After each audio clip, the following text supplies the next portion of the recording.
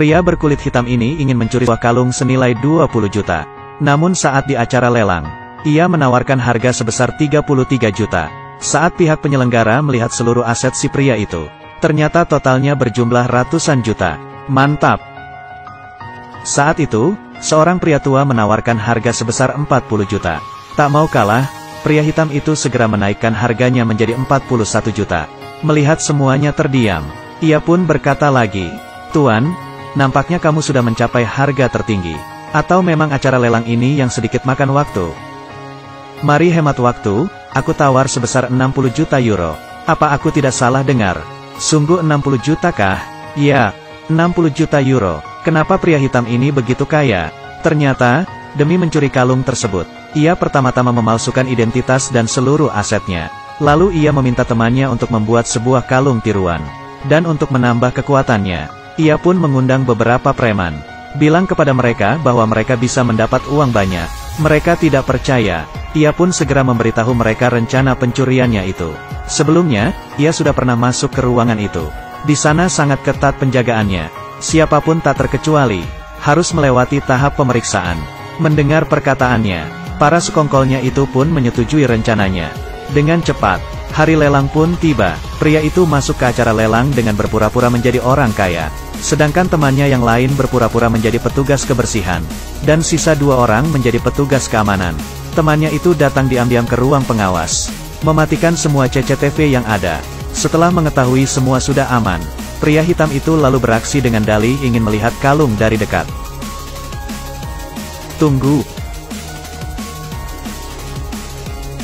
Kau lumayan profesional juga, ya. Ketika dirinya sedang melihat-lihat kalung itu, temannya yang lain datang melancarkan aksi mereka. Mereka menangkap dirinya dan sales kalung itu, mengikatnya, lalu membawa kalung itu pergi. Tak lama kemudian, polisi pun datang. Mereka membebaskan si pria hitam, saat dirinya baru akan beranjak.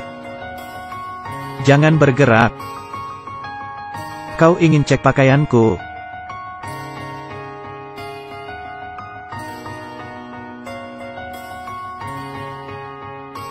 Ternyata hanyalah sebuah pena. Selanjutnya, dirinya berubah menjadi seorang petugas kebersihan.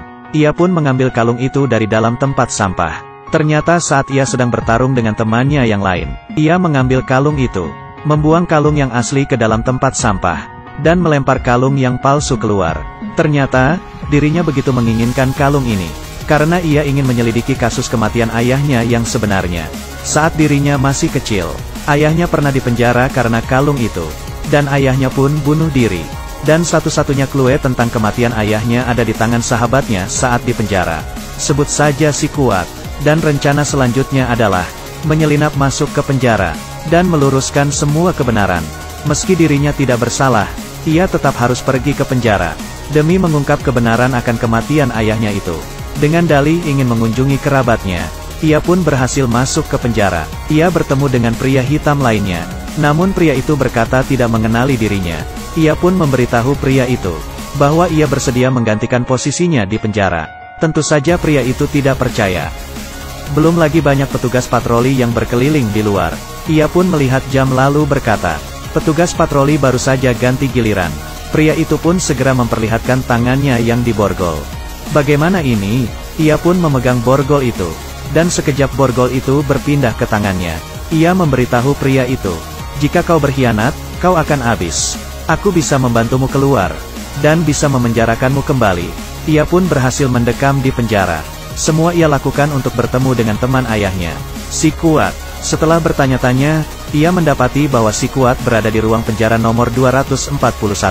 Ia pun diantar oleh petugas, pergi ke ruang 241. Si Kuat ternyata sedang tidak ada di tempat. Teman satu ruangannya berkata bahwa si Kuat tengah berada di klinik.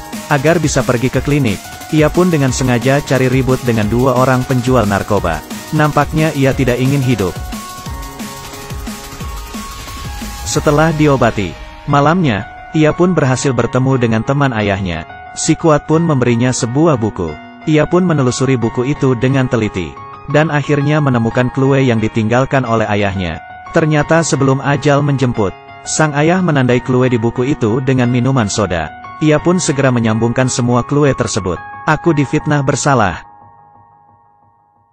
Ini adalah jebakan. Saat itu juga, petugas datang membawakannya makanan. Petugas itu dikirim oleh kedua pengedar narkoba tadi. Beberapa hari pun berlalu. Ia sadar dirinya tidak bisa terus-terusan mendekam di penjara. Keesokannya, ia pergi menemui si Kuat. Berkata bahwa, ia ingin kabur. Lalu pergi balas dendam atas kematian ayahnya. Karena ingin kabur, yang ia lakukan pertama-tama adalah pura-pura bermain basket. Selagi orang-orang tidak memperhatikannya, ia mencabut jaring ring basket di sana. Lalu kembali pergi ke klinik, dan mencuri sebotol obat asma. Untung tidak ketahuan. Malam harinya, kedua pengedar narkoba itu awalnya ingin pergi menghabisi si pria hitam. Namun tak disangka, ia mendapati pria hitam itu mati gantung diri. Dokter pun bergegas datang. Namun saat itu detak jantungnya telah berhenti. Ia pun dimasukkan ke dalam kantong mayat, dan dimasukkan ke dalam ambulans. Namun di tengah perjalanan, ia tiba-tiba siuman. Bagaimana ini bisa terjadi? Ternyata sebelum menggantung dirinya, ia memakan beberapa pil obat asma itu, agar jantungnya berhenti berdetak. Dan berkat jaring basket di tubuhnya, dirinya pun tidak tercekik oleh tali. Saat ambulans tengah berhenti, ia pun berhasil keluar. Berikutnya adalah aksi balas dendam. Ternyata ayahnya dulu adalah supir dari seorang konglomerat. Namun majikannya itu telah kehilangan kalung senilai 20 juta tadi. Lalu menuduh bahwa ayahnya lah yang bertanggung jawab. Orang-orang kaya itulah yang menjadi sasaran dirinya. Keesokan hari, ia pun memulai aksi balas dendamnya. Pertama-tama ia mencari seorang wartawan pensiunan, meminta semua catatan hitam si orang kaya itu, dan menyebarkannya lewat berita-berita di televisi. Tak disangka, acara TV itu telah dibeli oleh si orang kaya. Ini membuat dirinya sangat jengkel. Untung saja dirinya telah terbebas dari penjara. Namun yang sangat disayangkan, wartawan yang memberitahu catatan hitam si orang kaya kepada dirinya, telah dibunuh malam itu oleh ajudan si orang kaya. Tak bisa buat apa-apa, ia lalu membawa kabur semua keluarganya. Namun di atas kereta, ia mendapati seorang pembunuh tengah mengikutinya.